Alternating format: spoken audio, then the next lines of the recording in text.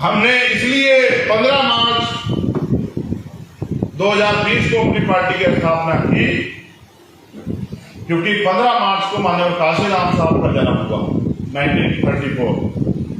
और आज अगर हमें राजनीतिक शक्ति प्राप्त करनी है या पहले हमने राजनीतिक शक्ति प्राप्त की है तो एकमात्र उसका उदाहरण है माननीय काशीराम साहब।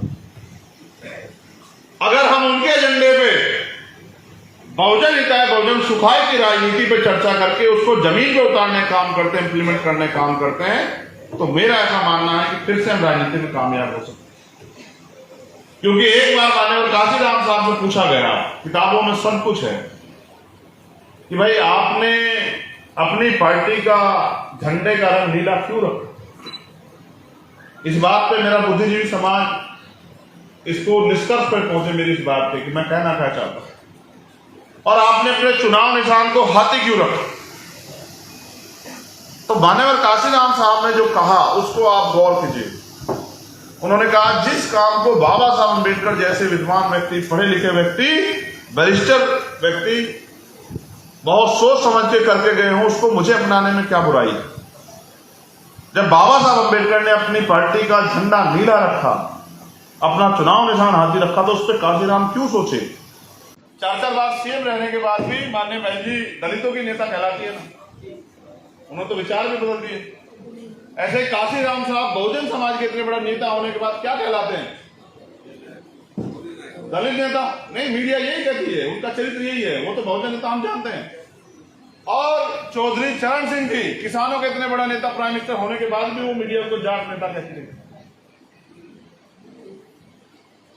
हमसे विपरीत मुलायम सिंह यादव जी को भी वो मीडिया यादव नेता हमेशा कहती है। यही कहा ना हमेशा से,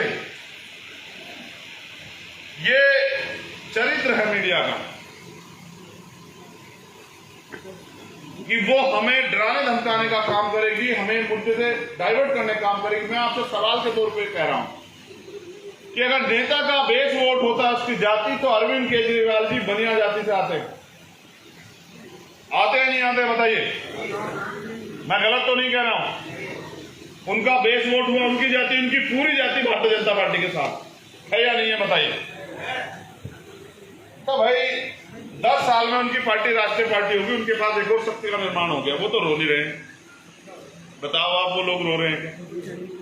उनका 15% वोट है। हम बहुत 85 से सुनते आ रहे हैं इस बात को कि ये 15% वोट के लोग हैं, 15% वोट के लोग हैं। आप ये बताओ, 15% वोट पे लेफ्ट भी है, 15% वोट पे कांग्रेस भी है, 15% वोट पे बीजेपी भी है, 15% वोट पे आम आदमी पार्टी भी राष्ट्रीय पार्टी बन गई। और आप लोग ये कह रहे हो कि खुद को पहले तो कहते हो 85% वाले हो, फिर ये कहते हो जी साहब 2 होगी, 3 होगी।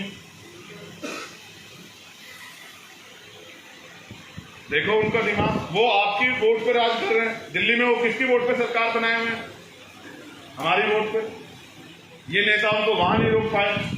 पंजाब में वो हमारी वोट पे सरकार बनाए हैं, ये नेता उनको वहां नहीं रोक पाए। इनको एक ही आदमी से तकलीफ है पूरे देश में, वो है चंद्रशेखर आजाद। बस। इस खबर को देखने के बाद क्या है आपकी राय, नीचे दिए गए कमेंट बॉक्स में दीजिए अपनी राय। ऐसी तमाम बड़ी खबरों को देखने के लिए जुड़े रहिए हमारे साथ। खबर अच्छी लगे तो लाइक कीजिए और शेयर कीजिए, और हाँ, चैनल को सब्सक्राइब कर घंटे वाली बटन को दबाना ना भूलिए। फिर आते हैं आपके बीच कुछ खास खबरों के साथ। तब तक के लिए नमस्कार, जय भीम।